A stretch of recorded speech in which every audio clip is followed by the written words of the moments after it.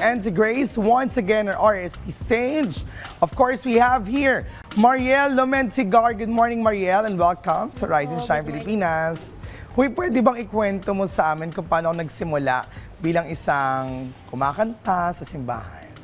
Nag-start po akong sumali sa mga choir group sa simbahan nung high school po ako. Okay. Yun po. Tapos hanggang sa nagustuhan ko na siya, sumali na ako sa iba't ibang choir group Okay. sa community hanggang sa, ayun po, hanggang ngayon. So more on church songs Yes talaga. Okay. Meron ka bang upcoming performances and your social media platforms na pwede kang i-follow para update kami sa iyong music journey? Meron po. So, may isa po akong choir group na 30 Sings, mga trentahin po. Meron Wow, po okay. meron po kaming mini concert na sa April 18 po sa Buffy House, Antipolo. Wow, good luck ha. Yes. Social media accounts para ma-check namin ibang detalye doon.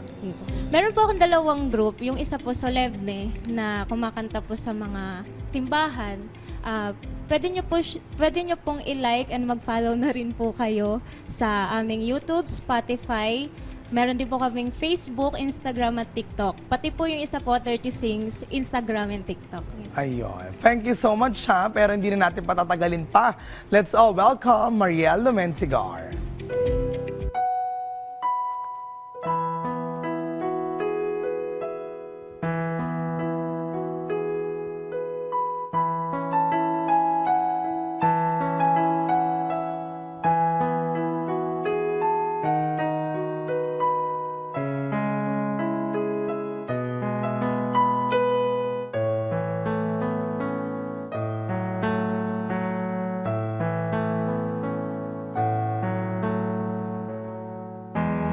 Daig man sa akin, puso mong maramdamin, lisanin man ang tuwa, puso mong namamanglaw. Manginig man sa takot, masindakin mong puso, mag-ulap man sa lungkot, diwa mong mapag-imbot, kapiling mo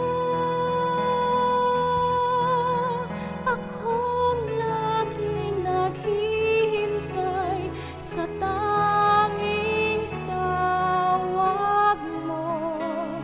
Pag-ibig kong ito, isang pananabik sa puso ko. Sa iyong pagbabalik sa piling kong puspos ng